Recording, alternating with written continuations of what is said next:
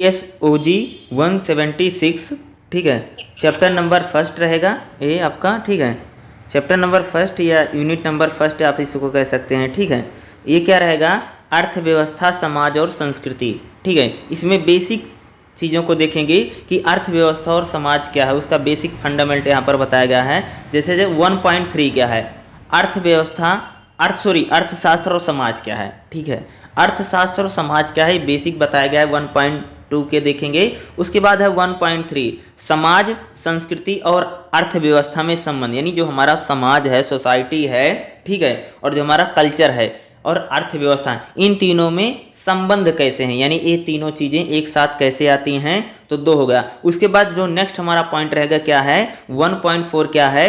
Max weber हैं, जैसे Karl Marx हैं, ठीक है, या दुर्खिम है, तो एमिल दुर्खिम, ये तीन लोगों का, ये तीन का ही इंपॉर्टेंट देखना इसमें। कार्ल मार्क्स, वेबर और दुर्खिम का, ये थोड़े विचारक हैं, इन्होंने अपने क्या विचार हैं, इनके क्या लेख हैं, ये थोड़ा सा देखना पड़ेगा इसमें। 1.2, 1.3, 1.4, ये तो आपका इसमें रहेगा इंपॉर्टेंट सेक्शन।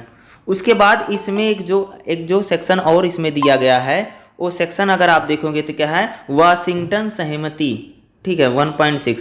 यही इंपॉर्टेंट चैप्टर है इस पहले चैप्टर में से, ठीक है। उन्हीं चैप्टरों को आज हम देखेंगे, उसी को मैं आपको बढ़ाता हूँ, ठीक है।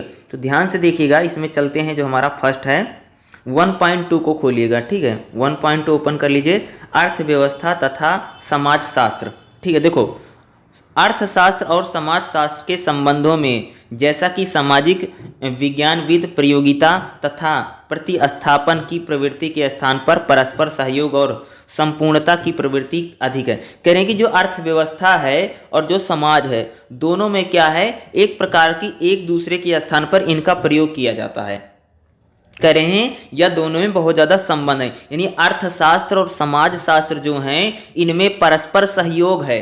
क्या है? दोनों में परस्पर सहयोग है और दोनों एक दूसरे के बिना पूरे नहीं होते, यानी दोनों एक दूसरे के पूरक हैं, ठीक है। दोनों क्या हैं? एक दूसरे के पूरक की प्रवृत्ति है। आर्थिक परिदृश्य पर सामाजिक दृष्टि को केंद्र में रखते हुए, करके आर्थिक परिदृश्य हम जब देखते हैं, कभी भी हम आर्थिक नजरिए की अगर बात करते हैं तो सामाजिक दृष्टि को भी हमें ध्यान में रखते हुए विचार किए जाने की आवश्यकता है। कह रहे हैं कि अगर हम कहीं पर सामाजिक यानी सोशल प्रॉब्लम को देख रहे हैं तो आपको वहां पर फाइनेंशियल प्रॉब्लम जरूर देखनी पड़ेगी, और फाइनेंशियल के साथ साथ आपको सोशल, यानी सोशल और साथ साथ फाइनेंशियल, यानी कह सकते हैं कि सामाजिक और आर्थिक दोनों एक दूसरे के सपोर्टिंग। जब हम किसी समाज की बात करते हैं, समाज, मान लो हम कहीं के समाज के बारे में पढ़ रहे हैं, तो हम वहाँ की इकोनॉमी की, अर्थव्यवस्था के बारे में बात करें कि वहाँ लोगों की भाई पूंजी कैसे, क्या कमाते हैं, क्या खाते हैं, या कैसे चीज़ें, यानी दोनों एक दूसरे क्या हैं? रिलेट करती हैं। दोनों के एक दूसरे पर विचार किए जाने की आवश्यकता है, यानी हमें दोनों चीज़ों को साथ लेकर के चलना पड़ेगा। कुछ नए समाजशास्त्री जैसे पैरेटो आग्रह करते हैं कि आर्थिक परिदृश्यों का विश्लेषण सामाजिक अंतर्दृष्टि के बिना अधूरा है। नहीं, कहते हैं कि बहुत सारे ऐसे थिंकर हैं या अर्थशास्त्री हैं जो बताते हैं आर्थिक परिदृश्य का विश्लेषण, अगर हम कहीं पर आर्थिक एंगल को देख रहे हैं या आर्थिक दृष्टि से अगर हम कहीं विश्लेषण कर रहे हैं, अगर किसी चीज़ का एनालिसिस किया जा रहा है आर्थिक दृष्टि से, तो वहाँ पर सामाजिक अंतर्दृष्टि के बिना अधूरा है। कह रहे हैं कि भाई अगर हम कहीं के आर्थिक संबंधों को पढ़ रहे हैं तो वहाँ के सामाजिक संबंधों के बिना वह आर्थिक संबंध बताना अधूरा है। यानी जब भी हम समाज का जिक्र कर रहे हैं या समाज के बारे में पढ़ रहे हैं या समाज का विश्लेषण कर रहे हैं तो वहाँ पर आर्थिक संबंध जरूरी है। अगर हम आर्थिक संबंधों पर बात कर रहे हैं तो वहाँ पर सामाजिक संबंध, यानी दोनों एक दूसरे के बिना अधूरा है। अगर हम समाज की बात करेंगे तो अर्थव्यवस्था यानी आर्थिक दृष्टिकोण जरूर बात की जाएगी। अगर हम आर्थिक दृष्टिकोण की चर्चा करेंगे तो वहाँ पर सामाजिक दृष्टिकोण जरूर किया जाएगा, यानी दोनों एक दूसरे के पूरक हैं, और एक की बात करेंगे दूसरे की बात नहीं करते हैं तो अधूरा माना जाएगा, ठीक है।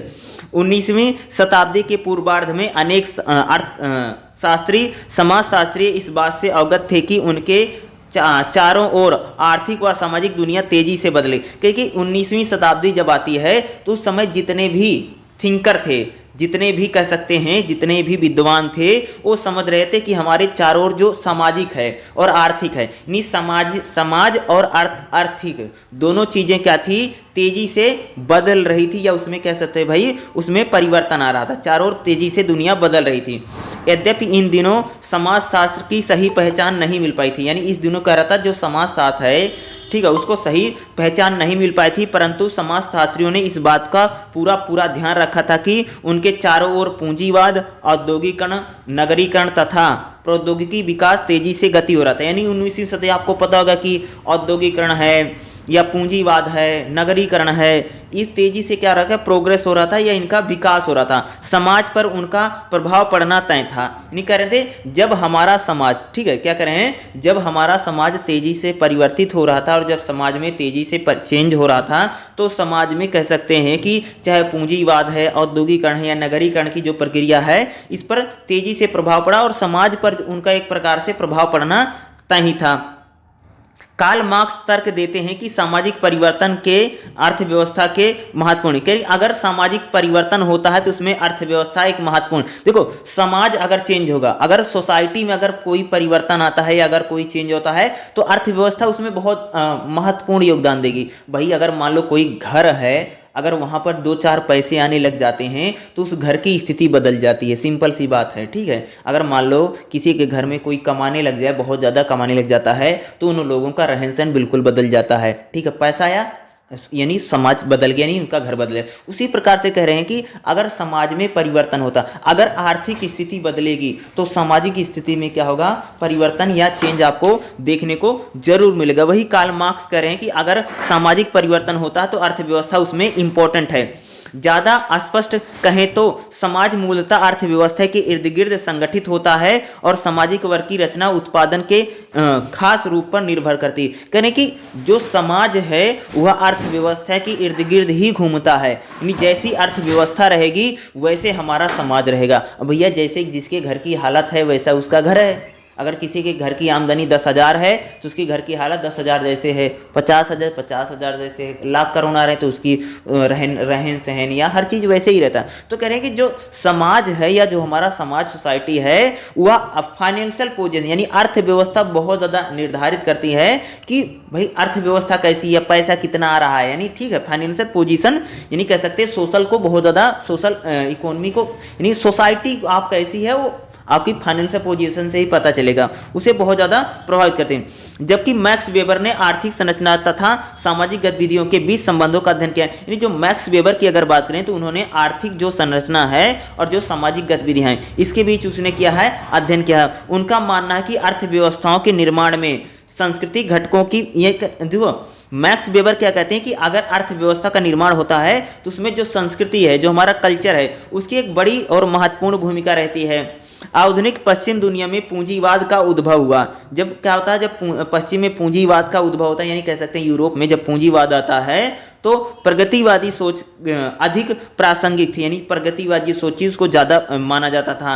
दुर्खिम ने सामाजिक तथ्यों एवं समाज की सामूहिक चेतना के बीच, यानी जो दुर्खिम है उन्होंने क्या किया था, सामाजिक जो तथ्य हैं या समाज में जो सामूहिक चेतना है उसके बीच, यानी दुर्खिम का उन्होंने पूरा उसका जो अध्ययन है या उसकी जो पूरी थ्योरी है, दुर्खिम कह सकते हैं कि दुर्खिम तथ्य यह भी जानते थे कि श्रम विभाजन समूह तथा एकजुटता के निर्माण की व्याख्या किस प्रकार से की जा सकती है। वह इस बात को रेखांकित करते हैं कि आधुनिक औद्योगिक के विकास के साथ साथ समाजों में भी करेंगे। देखो दुर्खिम क्या कहता है कि यहाँ पर क्या करें, दुर्खिम में कह रहे हैं कि जो हमारा श्रम विभाजन है, ठीक है, श्रम विभाजन इस बात को बताता है कि जो हमारा औद्योगिक विकास है वो एक प्रकार से जो समाज में विविधता है तथा भिन्न भिन्न प्रकार के सामाजिक उसका उदय होता है। यानी समाज में जब अगर कह सकते हैं भाई समाज में जब श्रम विभाजन होता है या श्रम बटा हुआ है तो समाज में भिन्न भिन्न या चीज़ों का या सामाजिक असमंजस जो है उसका उदय हुआ। अर्थव्यवस्था और समाज के वर्गीय विश्लेषण सामाजिक समाजशास्त्र की आधारशिला, कह कि अर्थव्यवस्था और जो समाज है, ठीक है, जो समाज है वो अर्थव्यवस्था से रिलेट करता है और अर्थव्यवस्था समाज से रिलेट कर रही है, ठीक है। इसमें आर्थिक समाजशास्त्र की आधारशिला है। सामाजिक सिद्धांतकारों ने उभरती औद्योगिक तथा व्यावसायिक क्रांतियों के साथ साथ तालमेल बिठाते हुए सामाजिक महापरिवर्तन लाने हेतु पारंपरिक आधुनिक स्तर, अनुबंध आदि अनेक श्रेणियों की पहचान की। कह सकते हैं कि जितने भी समाजशास्त्री हैं वो जैसे औद्योगिकरण है या व्यावसायिक जो क्रांतियां थी, इनके साथ तालमेल बिठाते हुए समाज में जो परिवर्तन थे, समाज में जो परिवर्तन हो रहे थे या हमारी सोसाइटी में जो परिवर्तन हो रहा था उसमें तालमेल बिठाने की उन्होंने पहचान की है। ठीक है। अर्थव्यवस्था के विशिष्ट स्वरूप के विकास की व्याख्या करने के लिए शास्त्रीय राजनीतिक अर्थव्यवस्था तथा आर्थिक समाजशास्त्र के साथ संबंध के लाते हुए मार्क्सवादी अर्थव्यवस्था के वर्गीकरण को सिद्धांत को बताया। देखो यहाँ पर क्या कहा जा रहा है कि जो हमारा समाज है, ठीक है, समाज में जैसे अर्थव्यवस्था का विशिष्ट स्वरूप है, इसकी जो व्याख्या की गई, इसका जो विश्लेषण किया गया है, जैसे आर्थिक समाजशास्त्र है या मार्क्सवादी अर्थव्यवस्था का इसका जो वर्गीकरण किया, जैसे इसमें वेबर की स्थानिक प्रमुखता पर जोर देता है। इसी प्रकार जो दुर्खिमय संरचना की अवधारणा पर अपने क्या करते हैं, बताते हैं, इसको समझाता है। बाद के लेखक बताते हैं कि उनकी भूमिका आर्थिक समाजशास्त्र के क्षेत्र में सही रूप के लिए विशेष रूप से उल्लेखनीय है। 19वीं शताब्दी में अर्थशास्त्री मुख्यतः बाजार तथा उनकी कार्यप्रणाली को मूलभूत परिकल्पना की वस्तुपरक व्याख्या करने के लिए उनके लिए गतिमान प्रतिमान विकसित करने में लगे। देखो ये कह रहा है कि जो समाज है, ठीक है, समाज जो हमारा है, जो अर्थव्यवस्था है, दोनों में एक प्रकार का बहुत सारा संबंध है। चाहे दुर्खिम की बात करें, चाहे मैक्स वेबर की बात करें, चाहे कार्ल मार्क्स की बात करें, ये सभी इन चीज़ों को जोड़ करके समाज में परिवर्तन को देख रहे थे। यानी समाज में जब परिवर्तन होता है तो अर्थव्यवस्था जरूर बदलेगी और अर्थव्यवस्था क्या होगी, वह समाज को बदलने की पूरी तरीके से रखेगी। दूसरी ओर समाजशास्त्री बाजार के व्यवहार तथा गतिविधि को सामाजिक क्रिया के रूप मानते हैं। यानी जो क्या कह रहे हैं कि जो समाजशास्त्री हैं बाजार में व्यवहार और गतिविधियों को सामाजिक क्रिया के अनुरूप मानते हैं। यानी अगर हमारे मार्केट में बाजार में परिवर्तन होता है तो समाज की जो गतिविधि होगी, जो व्यवहार होगा, यानी जो सामाजिक क्रिया के अनुरूप होगा। अनेक रचनात्मक घटकों को महत्व देते हैं। सामाजिक परिवर्तन के साथ शास्त्रीय राजनीतिक अर्थव्यवस्था के अनेक अनुमानों तथा आधुनिक सिद्धांतों को भारी चुनौती का सामना करना पड़ा, जिसके परिणाम स्वरूप अर्थव्यवस्था तथा समाज के सिद्धांतों में अनेक सुधार। कह रहे कि राजनीतिक जो अर्थव्यवस्था है उसमें अनेक अनुमान और अनेक जो सिद्धांत थे, भारी चुनौतियों का सामना करना पड़ा है। यानी अर्थव्यवस्था तथा समाज में सिद्धांतों में अनेक सुधार। यानी अर्थव्यवस्था का जो सिद्धांत है, जो समाज का सिद्धांत है, इसमें अनेक प्रकार के परिवर्तन हुए। जब अर्थशास्त्री जे थे या कह सकते हैं कि जो समाजशास्त्री थे, उन लोगों ने इन चीज़ों का अध्ययन किया और इन चीज़ों को, दोनों चीज़ों को जोड़ करके देख रहे हैं। ठीक है। यानी क्या कह रहा है कि भाई अर्थव्यवस्था को, यानी फाइनेंशियल जो आपकी पोजीशन है, ठीक है, और आपका जो सोशल स्टेटस है, उन दोनों को कह सकते हैं कि जोड़ करके देखा गया। ठीक है। यानी साथ में ये रिलेट किया गया। ठीक है। यानी अर्थव्यवस्था या कह सकते हैं जो समाज है, दोनों एक दूसरे के पूरक हैं। ठीक है। अगर एक में परिवर्तन होगा तो दूसरे में चेंज आपको दिखाई देगा। ठीक है। क्या एक में परिवर्तन होगा तो दूसरे में आपको चेंज जरूर दिखेगा। दोनों एक दूसरे के क्या करते हैं, प्रभावित करते हैं।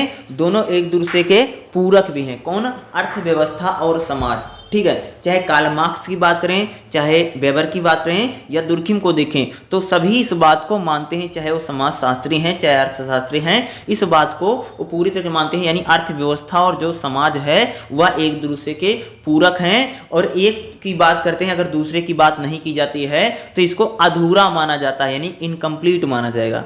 ठीक है। आगे देखिए इसमें क्या दिया गया है। इसमें 1.3 में क्या है, समाज, संस्कृति और अर्थव्यवस्था में संबंध। यानी जो हमारा समाज है, सोसाइटी है, समाज, संस्कृति और अर्थव्यवस्था में किस प्रकार से संबंध है। ठीक है। इसमें देखिएगा। ठीक है।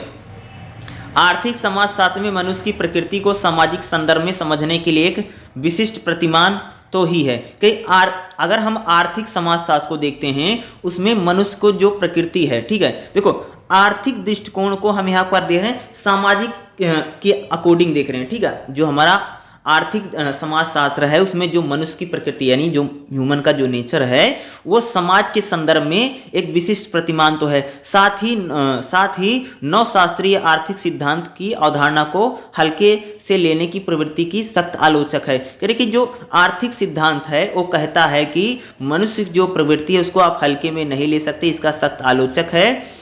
आर्थिक समाजशास्त्र आर्थिक एवं सामाजिक परिदृश्यों के बीच संबंधों का अध्ययन। क्या कह रहे हैं? आर्थिक जो समाजशास्त्र, ध्यान सुना क्या बोला हूँ, आर्थिक समाजशास्त्र आर्थिक एवं सामाजिक परिदृश्य क्या है, इनके बीच संबंधों का अध्ययन करता है। यानी जो जितने भी अर्थशास्त्री हैं वह अर्थशास्त्र के साथ यानी आर्थिक के साथ साथ सामाजिक चीजों का भी अध्ययन करते हैं। यानी अगर आप आर्थिक स्थिति का अध्ययन कर रहे हैं तो आपको साथ में सामाजिक स्थिति का भी अध्ययन किया जाएगा। यानी दोनों चीजों को यानी संबंधों का अध्ययन करता है और उसकी बारीकियों पर अनुसंधान करता है। ठीक है, उसकी जो यानी उनमें जो बारीकियां हैं उसके बारे में यहाँ पर क्या करते हैं, बताते हैं। देखो चीजों को समझना है, बार बार एक चीज वापस से रिपीट करिए। आर्थिक सिद्धांत क्या कहा आपने सर? देखो बता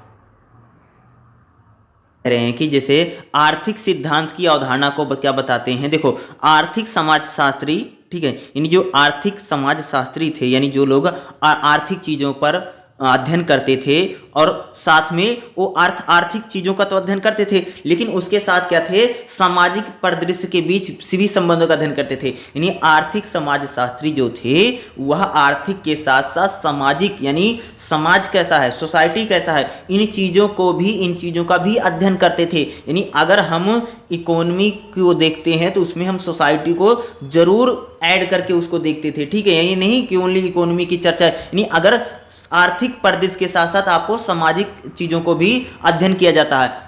शास्त्रीय आर्थिक सिद्धांत के प्रवर्तक एडम स्मिथ मानव प्रकृति तथा व्यवहार की स्थिरता की अवधारणा का महत्वपूर्ण काम किया है। अगर स्मिथ की बात करें, एडम स्मिथ जो है वो मानव प्रकृति और व्यवहार को महत्वपूर्ण मानते हैं। एडम स्मिथ क्या कहते हैं कि मानव की जो प्रकृति है या मानव का जो व्यवहार है वो बहुत ज्यादा महत्वपूर्ण है, इंपॉर्टेंट है। यह भी माना जाता है कि मनुष्य बौद्धिक प्राणी है और जो बाजार से वह खरीदता है वह उत्पाद को उपयोगी के आधार पर खरीदते हैं। देखो यहाँ पर एडम स्मिथ कह रहे हैं कि जो मनुष्य है, मनुष्य अगर मार्केट से अगर कोई चीज को खरीदता है या लेकर के आता है तो इसका सिंपल सा मतलब ये है कि वो भाई वो सही चीज ला रहा है या बौद्धिक प्राणी, उसमें दिमाग है, माइंड है, और बाजार से जो खरीदेगा वो वह उत्पादन को उपयोगी आधार पर खरीदते हैं। समाजशास्त्री मानते हैं कि मनुष्य के कार्यों के पीछे सामाजिक और सांस्कृतिक जो समाजशास्त्री कहते हैं कि इंसान जो है, जो मनुष्य है, मनुष्य वही काम करता है। क्या कर रहे हैं? मनुष्य वही काम करता है जिसके पीछे सामाजिक और सांस्कृतिक संदर्भ है। ठीक है, देखो यहां पर अगर हम स्मिथ की बात करें तो स्मिथ क्या कहते हैं, कहते हैं कि मनुष्य एक सामाजिक प्राणी है, उसमें बुद्धि है, उसमें माइंड है, उसमें दिमाग है और वो वही काम करता है जो कह सकते हैं जो उसको उपयोगी है या उपयोगिता के आधार पे खरीद रहा है। लेकिन समाजशास्त्री क्या कर रहे हैं, वो कह रहे हैं कि भाई जो मनुष्य है वह क्या है, वह क्या करता है, वो अगर कोई कार्य करता है तो उसके पीछे अगर सामाजिक और सांस्कृतिक संदर्भ होता है तब काम करता है। यानी समाज और कल्चर यानी सामाजिक और सांस्कृतिक संदर्भ के कारण काम कर रहा, अतः उसके सामाजिक कार्य के पीछे सांस्कृतिक विधेय। यानी यहाँ पर जो समाजशास्त्री कह रहे हैं कि मनुष्य अगर कोई काम करता है तो वह सोसाइटी क्या है, समाज के देख करके वो काम कर रहा है, परंतु इसका अर्थ यह नहीं है कि उसके कार्यों के बीच संतुलन नहीं की जा सकती। उदाहरण के लिए वेबर कहते हैं कि किसी भी सामाजिक कार्य में मुख्यतः तीन सामान्य तरीकों से, यानी कहेंगे वेबर क्या कहते हैं, किसी भी सामाजिक काम को हम तीन तरीकों से इसकी व्याख्या कर सकते हैं। यानी तीन तरीकों से इसकी व्याख्या की जा सकती है। परंपरागत, भाई पहले जो समाज की कैसे व्याख्या की जाती थी, ठीक है, परंपरागत, फिर प्रभाव, फिर तर्कसंगता, वैधानिकता। पियरे का तर्क है कि व्यक्ति की इच्छा न केवल नैतिक मापदंड से बंधे हुए हैं, जैसा कि कांते कहते हैं कि वह सामाजिक स्थितियों और परिस्थितियों से अधिक प्रभावित होते हैं। देखो यहां पर कहा जाए कि जो मनुष्य है, जो मनुष्य काम करता है वह सामाजिक और आर्थिक परिस्थितियों से प्रभावित होकर के अपने काम को कर रहा है। बल्कि यहाँ पर देखो, यहाँ पर अगर हम बात करें, जैसे मैंने आपको बोला, स्मिथ क्या कहता है कि मनुष्य जो है एक सामाजिक प्राणी है और उसको जो मन में आता है या अपनी बुद्धि के अनुरूप उसे जो सही लगता है, जो उपयोगी लगता है, वही चीज को खरीदता है। ठीक है, और समाजशास्त्री क्या कहते हैं, समाजशास्त्री यहाँ पर ये कह रहे हैं, समाजशास्त्री को मानना है कि जो मनुष्य है वह सामाजिक और सांस्कृतिक संदर्भ जिन चीजों में होता है उसके आधार पर वह चीजों को क्या करता है, खरीद करता है या परचेज कर रहा है, ले रहा है। दूसरे कह सकते हैं कि यहाँ पर जो और जो लोग हैं उनका क्या तर्क है कि मनुष्य सामाजिक स्थितियों और परिस्थितियों से अधिक प्रभावित हैं, यानी जैसे सामाजिक स्थिति और परिस्थिति होती है वह उसके अनुरूप काम करता है। जैसे यहाँ पर पारंपरिक नगरीय अर्थव्यवस्था कैसी थी, यहाँ पर प्राचीन काल में हमारी जो अर्थव्यवस्था थी वो कैसी थी, जहाँ पर यहाँ पर बताया गया, देखिएगा, नगरीय अर्थव्यवस्था भारतीय अर्थव्यवस्था के युगों में ही अनिवार्य करें कि हमारा जो बहुत प्राचीन काल था वहां पर भी जो अर्थव्यवस्था थी युगों से ही अनिवार्य अंग थी। भारतीय प्राचीन सभ्यता जैसे सिंधु घाटी की जो हमारी सभ्यता है, ठीक है, सबसे पुरानी सभ्यता जो 2600 ईसा पूर्व से 1500 ईसा पूर्व मानी जाती है, भारत की सुविकसित नगरीय सभ्यता मानी, यानी भारत की क्या थी, एक जिसका नगरीय सभ्यता थी, इसका व्यापक ग्रामीण कृषक प्रधान आधार था। यानी कह सकते हैं जो हमारी सिंधु घाटी की सभ्यता है इसका जो आधार था यानी कृषि प्रधान था, यानी एग्रीकल्चर सेक्टर यानी कृषि होती थी। पुरातात्विक खुदाइयों से पता लगा कि भारत में अनेक नगर तथा महानगर सिंधु घाटी सभ्यता से गुलजार थे, जैसे हड़प्पा तथा मोहनजोदड़ो जो अब पाकिस्तान में है, लोथल, कालीबंगा, बनावली भारत में है। ऋग्वेद जो 1500 से 1000 ईसा पूर्व के आरंभिक चरणों में नगरीय सभ्यता से अलग थलग माना जाता है। ऋग्वेद के बाद अर्ध घुमंतु सभ्यता हुई, लोगों का जीवन देहाती था। 1000 ईस्वी से 600 ईस्वी आते आते लोगों गांव में बसने शुरू हो गए, खेती उनका एकमात्र व्यवसाय बन गई। समकालीन साहित्य में 600 कस्बों का विवरण होता है, जिसमें राजगृह, पाटिलपुत्रा, श्रावस्ती, कौशाम्बी, वाराणसी आदि प्रमुख थे, जिसमें कस्बों और नगरों का लगातार विकास हुआ। मौर्य काल के बाद की अवधि में गुप्त साम्राज्य के दौरान विकास का क्रम और भी तेज से बढ़ा। गुप्त काल के बाद अगर कह सकते हैं नगरीय क्षरण का दौरा, 9वीं शताब्दी में अगर आप देखोगे तो प्रक्रिया बदली।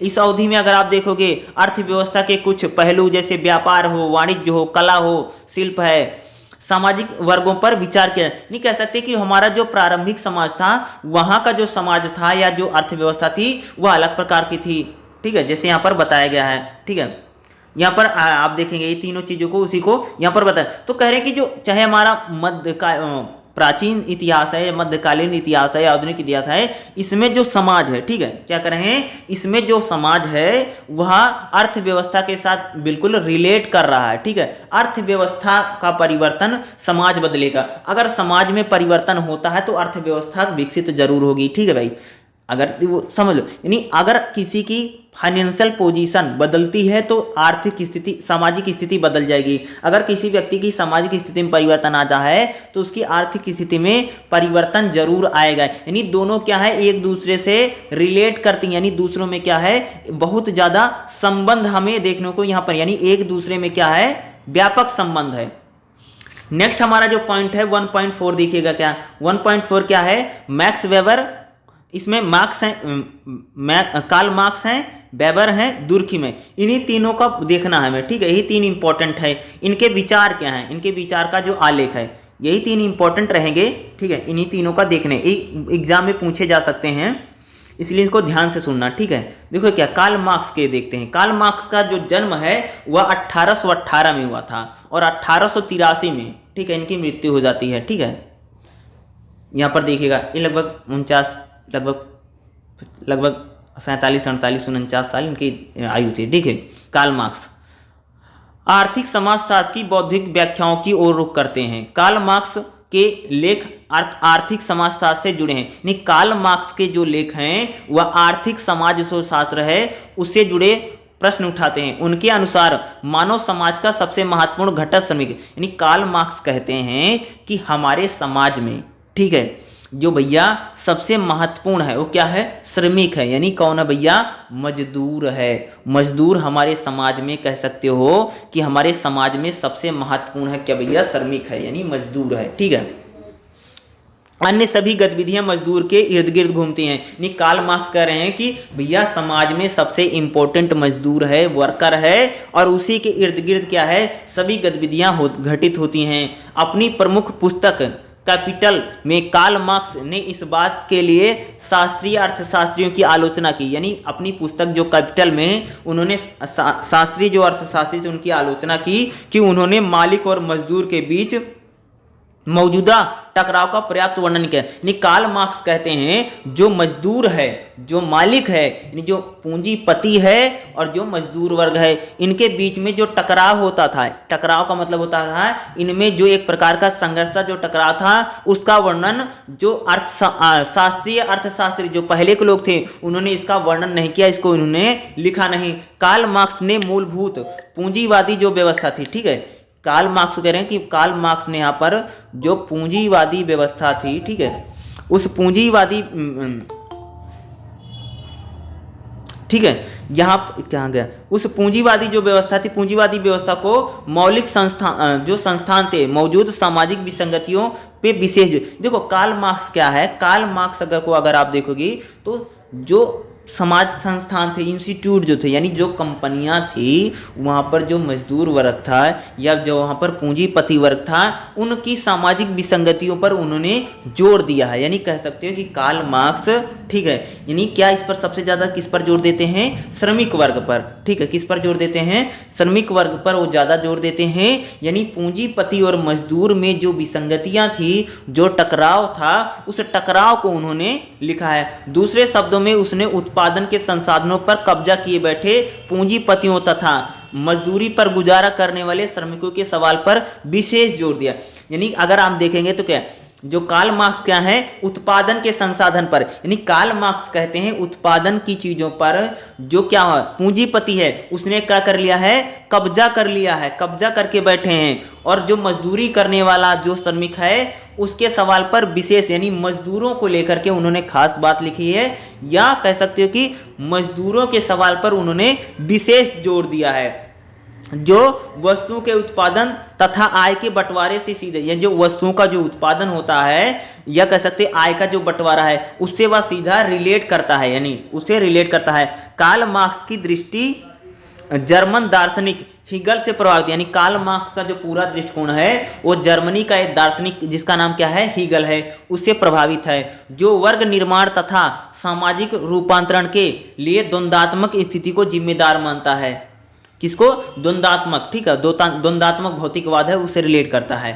पूंजीवाद समाज को सुस्पष्ट वर्गों में बांटता है तथा मालिक व मजदूर व अमीर व गरीब के बीच टकराव की स्थिति को जन्म देता है। देखो कार्ल मार्क्स कहता है जो पूंजीवाद है भैया, वो जो अमीर है, गरीब है, कह सकते हैं जो पूंजीपति है, जो मजदूर वर्ग है, इनके बीच क्या करता है, वह टकराव की स्थिति को बना देता है। यानी एक दूसरे आपस में उनमें टकराव होता है या कैसे रस्साकसी है। इससे जो प्रगतिवादी संघर्ष जन्म लेता है, पुरानी आर्थिक संरचना को उखाड़ फेंकने का इरादा है। यानी कार्ल मार्क्स कहता है कि भाई जो प्रगतिवादी जो संघर्ष है, ये पुरानी जो संरचना इसको उखाड़ फेंकने का इरादा है। मजदूरों का निरंतर शोषण करते हुए मालिकों के मुनाफे को बढ़ते चले जाने की पूंजीवादी अर्थव्यवस्था की प्रगति पूंजीवाद की जड़ों में को गहराती चली जाती है। ये कार्ल मार्क्स वही कहता है कि जो मील मजदूर है, जो कह सकते हैं जो पूंजीपति है, वह लगातार क्या कर रहा है, मजदूरों का शोषण कर रहा है। नहीं भैया वो ज्यादा से ज्यादा मुनाफा कमा रहा है। कार्ल मार्क्स कहते हैं कि जो पूंजीपति है ज्यादा मुनाफा कमाता है, बल्कि जो मजदूर है वह भाई कंपनी में काम कर रहा है, पीस रहा है, उसको ज्यादा लाभ नहीं मिल पा रहा है। ठीक है, अपनी पुस्तक कैपिटल में राजनीतिक अर्थव्यवस्था की आलोचना के पीछे कार्ल मार्क्स पूर्वाग्राही लगते हैं। यानी जो राजनीतिक अर्थव्यवस्था की जो आलोचना करते हैं पूर्वाग्राही, इन्होंने पहले से अपने मन में उसको बिठा रखा है, इस प्रकार से लगता है। पूंजीवादी अर्थव्यवस्था में उत्पादन के संसाधनों पर निजी आधिपत्य बनाए रखना तब संभव नहीं था। यानी जब पहले था कि आप कह सकते हैं कि संस्थानों पर निजी आधिपत्य बनाए रखना संभव नहीं हो सकता था जब पूंजीपति को लाभ ना मिल पा रहा। परंतु लाभ आखिर आता कहां से है? जब एक मजदूर उत्पादन की प्रक्रिया में जुटता है तब वह उत्पादन को उस वेतन से कहीं ज्यादा मूल्यवान बना देता है जितना वह मालिक से प्राप्त करता है।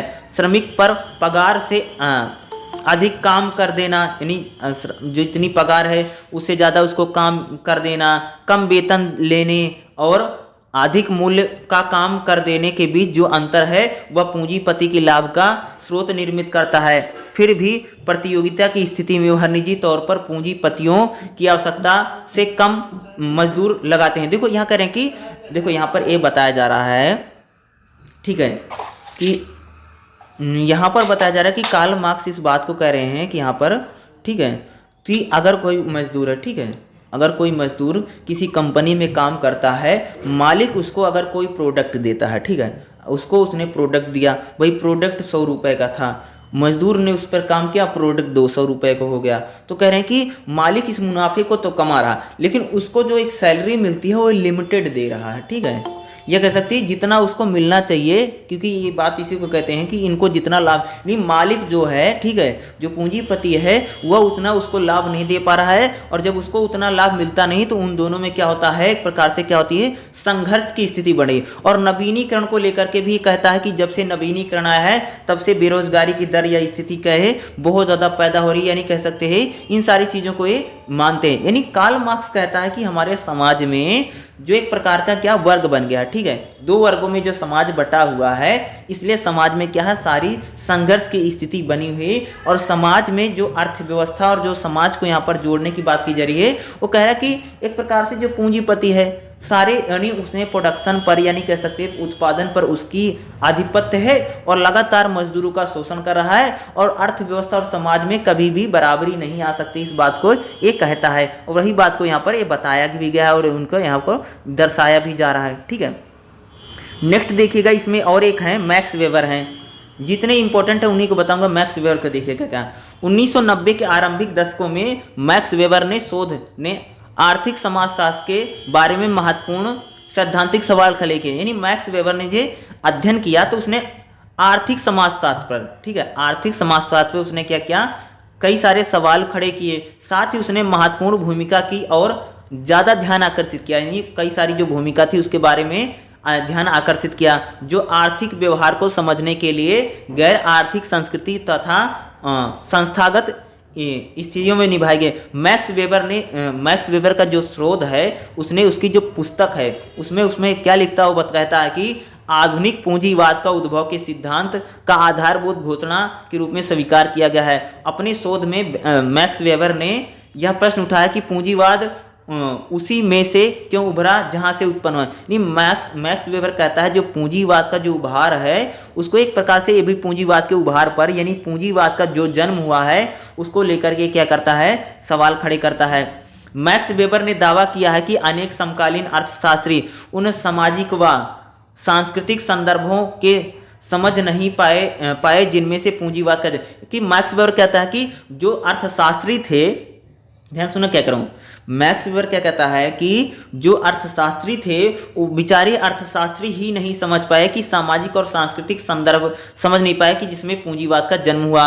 उन्होंने अनेक सभ्यताओं एवं संस्कृतियों के मूल्यों का पता लगाया और इस निष्कर्ष पर पहुंचे हैं कि कट्टरता की सोच ने कलिनावाद को जन्म दिया, जिसने पूंजीवाद के विचारों की संरचना की। उनके अनुसार पूर्व निर्धारण के सिद्धांत में अनेक लोगों को आर्थिक संपन्नता के मामले में चयनित होने के चिन्ह को संदर्भित करके देखा जाता है। यानी इसको कह रहा कि एक प्रकार से जो पूंजीवाद का जन्म हुआ है, जहां पर एक प्रकार से पूंजीवाद का जन्म हुआ, वही लोग उसको समझ नहीं पा रहे हैं और पूंजीवाद पर इसने कई सारी चीजें कही। इसके पश्चात अनेक लोग अपने जीवन में मिले कार्यों को अपनी नियति के रूप में स्वीकार करने लगे। यानी कार्ल मार्क्स कहता है कि पूंजीवाद जिसको जो काम दे रहा है उस व्यक्ति को लग रहा मेरी भाई मेरी यही नियति है और मेरे जीवन में यही लिखा है, ठीक है। सिद्धांतों का पालन करते हुए मेहनत करना, निवेश करना, मुनाफा कमाना, बचत करना आदि लोग सफल लोगों के घटकों के रूप में स्वीकार करने लगे और महत्वपूर्ण बनने के रास्ते करने लगे। उदाहरण के लिए जो कठोर परिश्रम करते थे, जैसे पवित्र, ठीक है, जैसे पवित्र है, ईमानदार है, ईश्वरीय पक्ष है कि मानने वाले समझा जाने लगा। परिणाम स्वरूप काम करने के लिए एक महत्वपूर्ण तथा कम खर्चीला होना एक के कारण उच्च आर्थिक स्तर का प्रतीक बन गया। तो यहाँ पर कह रहे हैं, यहाँ पर जो वेबर कह रहा है कि हमारे समाज में भाई अगर आप मान लीजिए कि आप कठोर परिश्रम करते हैं, ईमानदार हैं या पवित्र हैं, समझा जाता है, यानी आप खर्चा कम करें और बचत ज़्यादा करें। ठीक है, पूंजीवाद को क्या कर रहा है कि पूंजीवाद क्या बता रहा है कि आप भैया आप खर्चा कम करें और बचत ज़्यादा करें। इसका प्रतीक यानी ये उच्च आर्थिक स्तर का क्या भाई प्रतीक बन गया है। ये हमारे समाज में ये माना जाता है कि भाई जो खर्चा कम करे और बचत ज़्यादा करे वो उसकी आर्थिक स्थिति ज़्यादा है या वो अच्छी प्रतीक बन गया है। यानी निवेश करना, मुनाफा कमाना, मेहनत करना एक प्रकार के सफल लोगों के रूप में स्वीकार किया गया है। यानी पवित्रता, ईमानदारी इसका कोई बहुत ज़्यादा मेल वो नहीं है इसमें माना जा रहा है। यानी पूंजीवाद जो आधारभूत चीज़ें थी या जो बेसिक्स फंडामेंटल थे उनको दरकिनार कर रहा है। भाई आप ज़्यादा से ज़्यादा मुनाफा कमा लो, ज़्यादा से ज़्यादा लाभ कमा लो, इस पर ही इसका क्या है सारा जोर दिया जा रहा है। यानी इस पर ही क्या कर रहा है इसका ज़्यादा से ज़्यादा फोकस है। ठीक है, जैसे इसमें एक बात को और कहता है यहाँ पर देखिएगा क्या है, उसका विश्वास था कि उत्पादन के लिए लाभ व वित्त के सशक्तिकरण के लिए उपयुक्त संस्थागत संरचना का होना अनिवार्य है। यानी कहता है कि अगर वित्तीय लाभ हो, सशक्तिकरण हो लोगों का, इसके लिए क्या जो संरचना है उसका अनिवार्य है। यदि ये व्यवस्थाएं उद्यम परक की वृद्धि में सहयोगी होगी तभी ही आर्थिक विकास की गारंटी दी जा सकती है। ठीक है, आगे कह रहे हैं मैक्स वेबर के जर्मन समाज पर किए गए शोध में उद्यमता की खोज उसे पूंजीवाद के उद्गम से जुड़ी सामाजिक समस्याओं के विचार करने के क्षेत्र में विकास के लिए उपयुक्त धरातल तराशने में विवश कर दिया। इस काम में उसे लंबा समय लगा। मैक्स वेबर ने अपने वर्ग सूत्र का उपयोग आर्थिक समाजशास्त्र के विकास में योगदान देने के लिए किया है। उसका मानना था कि यदि अनुभवजन्य वास्तविकताओं पर आदर्श प्रारूप न चढ़ने दिया जाए तो अनुभव के वास्तविक अस्तित्व को पहुंच। देखो यहाँ पर ये कहा जा रहा है कि इसका जो विचार है, ठीक है, ये अपने विचार में कहता है वर्ग सूत्र है उसका प्रयोग करता है। ठीक है, वो कहता है कि समाजशास्त्र का विकास में योगदान काफ़ी है। ठीक है, क्या कहता है जो समाज है उसका क्या है विकास में काफ़ी योगदान है। उसका मानना है कि वास्तविकताओं पर आदर्श प्रारूप न नहीं कह रहे कि आदर्श यानी हम लोग क्या है ना बहुत ज़्यादा आदर्शवादी बन गए हैं। भाई आदर्शवादी बन गए, खर्चा कम करना है, ये करना वो करना है, यानी हम आदर्शों को बहुत ज़्यादा फॉलो करते हैं। नहीं, हम बेसिक रियलिटी पर बात नहीं कर रहे हैं, हम बेसिक फंडामेंटल पर बात नहीं करते हैं, सिर्फ हम क्या करते हैं आदर्शों की बहुत ज़्यादा बात करते हैं। ठीक है, या आदर्श वाली जो चीज़ें हैं उस पर हम क्या करते हैं बहुत ज़्यादा बात करते हैं या उसकी बात ज़्यादा रही। समाजशास्त्र के स्वरूप निर्धारण के संदर्भ में उसके निष्कर्षों से यही विशेषता मान, यानी कहता है कि आदर्शवादी बातें या आदर्श के रूप में जो बातें हो रही उसको ना चढ़े, यानी आदर्श की बातें न की जाए, इससे फायदा नहीं गा। अगर हम दुर्खिम बात करें, दुर्खिम का क्या विचार है, मैंने 3 को बोला था ना, दुर्खिम को भी देख लेते हैं दुर्खिम का क्या विचार है। ठीक है, देखो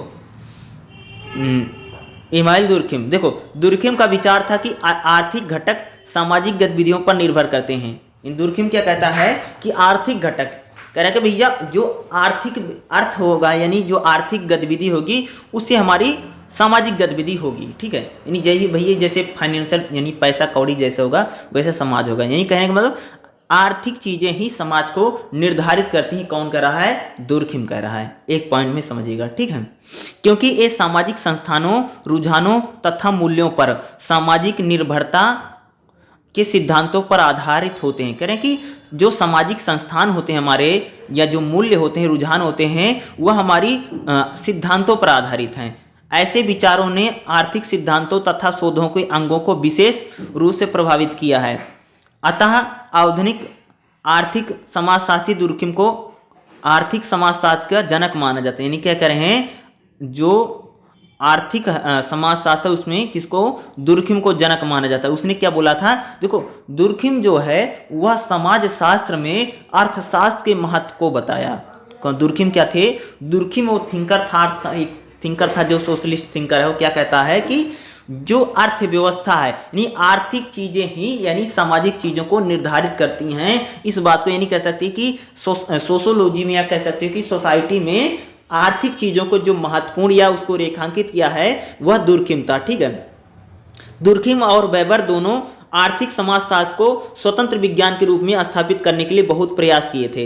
नहीं कह सकते हैं कि जो आर्थिक समाजशास्त्र है वह इंडिपेंडेंट सब्जेक्ट बने या उसका जो अध्ययन है वह स्वतंत्र रूप से किया जाए, इसके लिए मैक्स वेबर और एमाइल दुर्खिम ने बहुत सारे प्रयास किए, परंतु वह असफल रहे, सफलता नहीं मिली।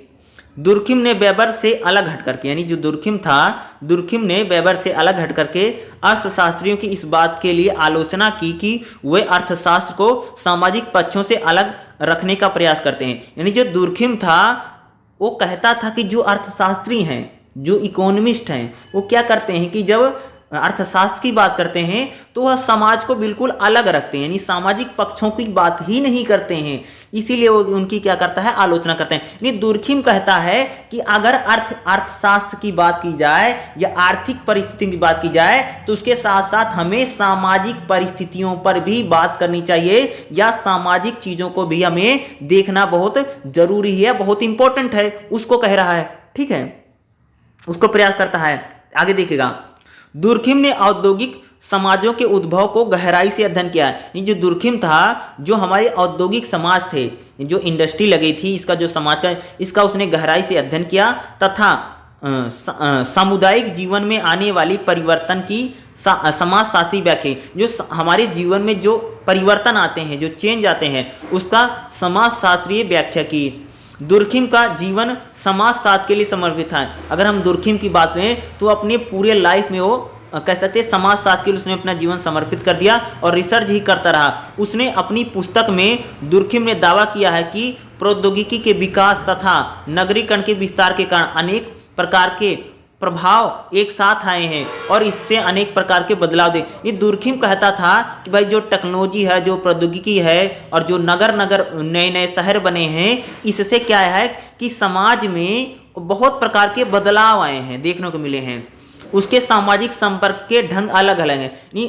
दुर्खिम कहता है कि जैसे भाई टेक्नोलॉजी आई है, जब से कह सकते हैं कि प्रौद्योगिकी आई है, जब से नए नए नगर बने हैं, तब से सामाजिक जो संपर्क है अलग अलग हो गए। कुछ लोग विशेष प्रकार के कौशल अर्जित करने लगे हैं। ये दुर्खिम कहता था कि अब हमारी जो सोसाइटी, जो समाज है, वह बिल्कुल अलग हो गया है। अब कुछ लोग क्या करते हैं, अलग कौशल अर्जित करने लगे हैं। औद्योगिक युग आरंभ होने से पहले सभी प्रकार के कार्य में लगना संभव नहीं था। कह रहे कि जब औद्योगिक युग नहीं था, उससे पहले कह सकते हैं कि सभी कार्य आप कहीं कर सकते, उसमें लगना संभव नहीं था।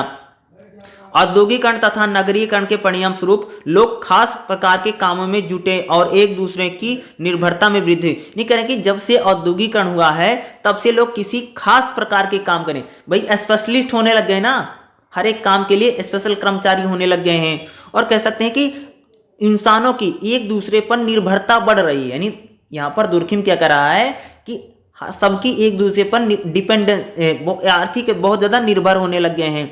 इससे सामाजिक विविधता तथा भेदभाव में वृद्धि। ये हमारे समाज में जो विविधता है, यानी कह सकते हैं एक दूसरे में जो भिन्नता है, यानी हमारे समाज में भिन्नता बहुत ज़्यादा बढ़ी है और भेदभाव में वृद्धि हुई है।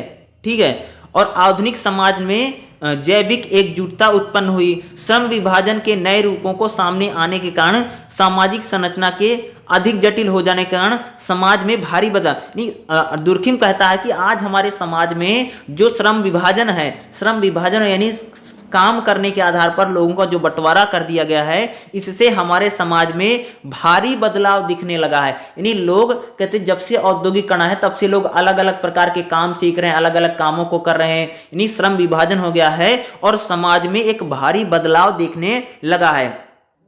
इसी प्रकार दुर्खिम ने महत्वपूर्ण उपयोगी अर्थशास्त्री उत्पन्न किए जाने वाले मानव समाज की अन्य प्रकृतियों की या तर्कसंगत का राग अलापते थे। आधुनिक औद्योगिक समाज में कानून के मामलों में भारी परिवर्तन देखने को मिला। पहले वह विरोधी कानूनों के स्थान पर प्रतिबंधात्मक कानूनों की मांग की। लचीले दंड विधान जैसे जुर्माने को कारावास की तुलना में अधिक पसंद किया। समाज में लोग व्यक्तिवाद के दौर से गुजरे। खपत सोच और मूल्य में व्यक्तिवाद का प्रभाव देखने को मिला। दुर्खिम का पहला प्रयोग महत्वपूर्ण योगदान था। उसने अर्थशास्त्रियों को व्यक्तिगत कार्यों के सिद्धांतों की आलोचना की। नहीं कह सकते कि दुर्खिम जो यहाँ पर बात कर रहा है, दुर्खिम एक प्रकार से कहता है कि जब से औद्योगिकरण आया है तब से समाज में काफी परिवर्तन देखने को मिला है।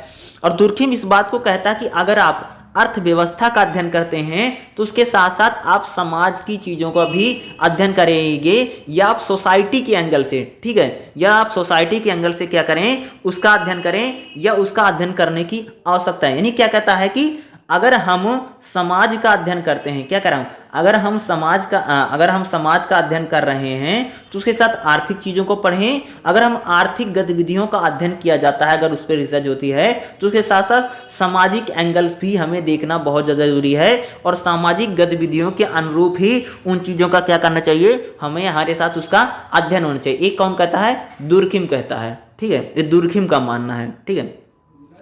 उसी प्रकार से एक चीज मैंने और आपको बोला था, उसको भी हम थोड़ा सा देख लेते हैं। जितने पॉइंट मैंने आपको बोले थे सारे मैं आप बता दूंगा, ठीक है। यहां पर देखिएगा, नेक्स्ट पॉइंट है, ठीक है। यहां पर मैंने बोला था वाशिंगटन सहमति, ठीक है। यहां पर देखिएगा क्या है, वाशिंगटन सहमति, ठीक है। 1.6 1980 के आरंभ में विकासात्मक अर्थशास्त्र की ओर से प्रतिक्रांति के स्वर उभरे जो आर्थिक परिवर्तन की प्रवृत्ति में परिचायक थे। इसे वाशिंगटन सहमति के रूप में जाना जाता है। यानी 1980 में क्या होता है, विकासात्मक यानी अर्थव्यवस्था में बहुत सारे डेवलपमेंट होते हैं, एक प्रकार की क्रांति होती है, इसी को क्या बोला जाता है, वाशिंगटन सहमति। अंतरराष्ट्रीय अर्थशास्त्र, जो हमारा अंतरराष्ट्रीय अर्थशास्त्र था, ठीक है, अर्थशास्त्र संस्थान से जुड़े महान वैज्ञानिक जॉन विलियमसन ने वाशिंगटन सहमति को प्रस्तावित किया था। यानी इन्होंने क्या किया था, वाशिंगटन जो सहमति थी उसको इन्होंने क्या किया था, प्रस्तावित किया था। विश्व बैंक तथा अंतर्राष्ट्रीय मुद्रा कोष ने इसे मान्यता प्रदान की। महान विद्वान हयाक और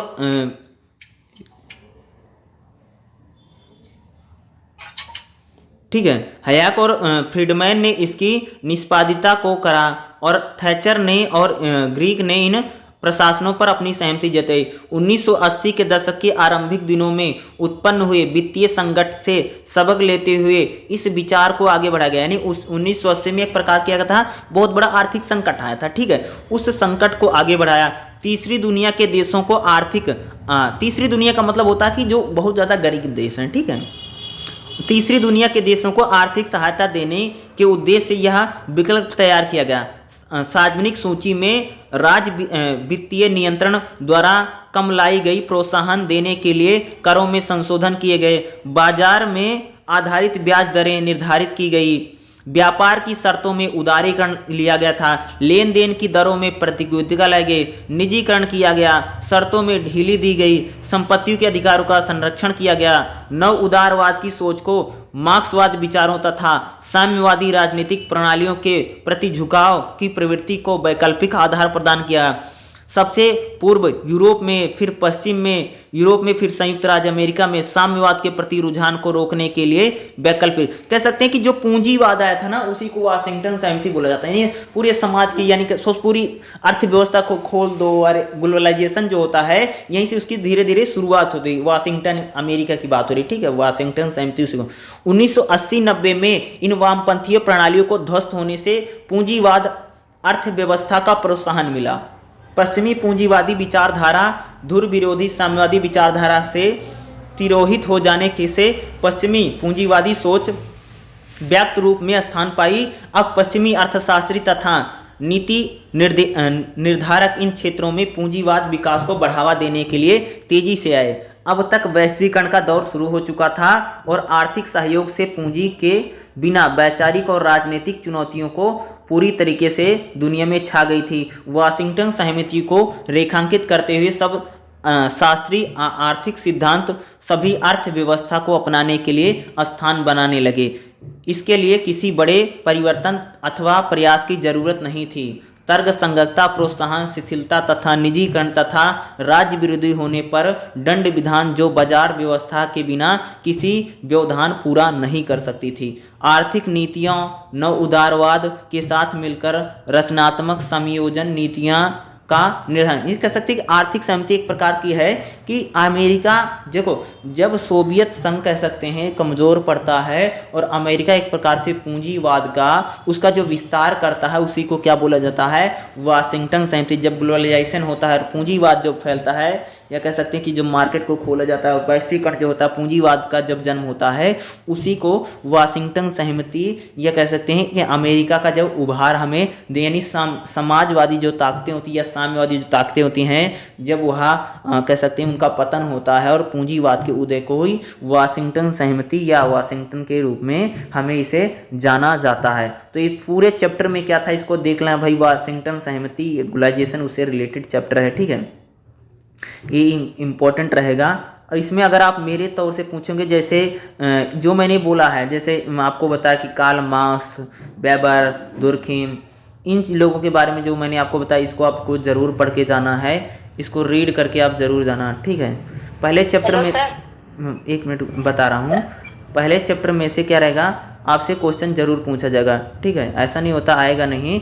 इसमें जैसे दिया गया है इसमें ध्यान दीजिएगा क्या है, जैसे क्या है मैंने आपको बोला 1.2, 1.3 और 1.4, ये इंपॉर्टेंट सेक्शन है, ठीक है। 1.1 और जो 2 है ये आपको चैप्टर समझने में बताएगा, वही चीज़ मैं बता रहा हूँ। 1.2 और 1.3 में यही बताया गया कि अर्थव्यवस्था जो समाज है एक दूसरे से रिलेट करते हैं, एक दूसरे के पूरक हैं। अगर हम अर्थव्यवस्था का अध्ययन करते हैं तो हमें समाज का भी अध्ययन करेंगे, यानी सामाजिक एंगल भी हमें देखने की जरूरत है, और दोनों क्या हैं, एक दूसरे के पूरक हैं। और फिर अर्थव्यवस्था और समाज को लेकर के Karl Marx, Max Weber, Emile Durkheim, इन लोग क्या मानते हैं या इन लोगों का क्या विचार है उसको यहाँ पर आगे यहाँ पर बताया गया है। और इसमें एक है वाशिंगटन सहमति, जब आगे आकर के ग्लोबलाइजेशन और कह सकते हैं होता है, और जब वैश्वीकरण होता है उसको लेकर के वाशिंगटन सहमति यानी जो अमेरिकी ताकतें ऊपर जाती हैं और समाजवादी या साम्यवादी ताकतें जब डाउन मारती हैं, ठीक है, तो उसको लेकर के ये बताया गया। तो इसमें पहला चैप्टर जो था उसको तो मैंने आपको बता दिया, इसमें BSOG 176 जो आपका है इसका पहला चैप्टर समाप्त हो गया, ठीक है। बोलिए हेलो।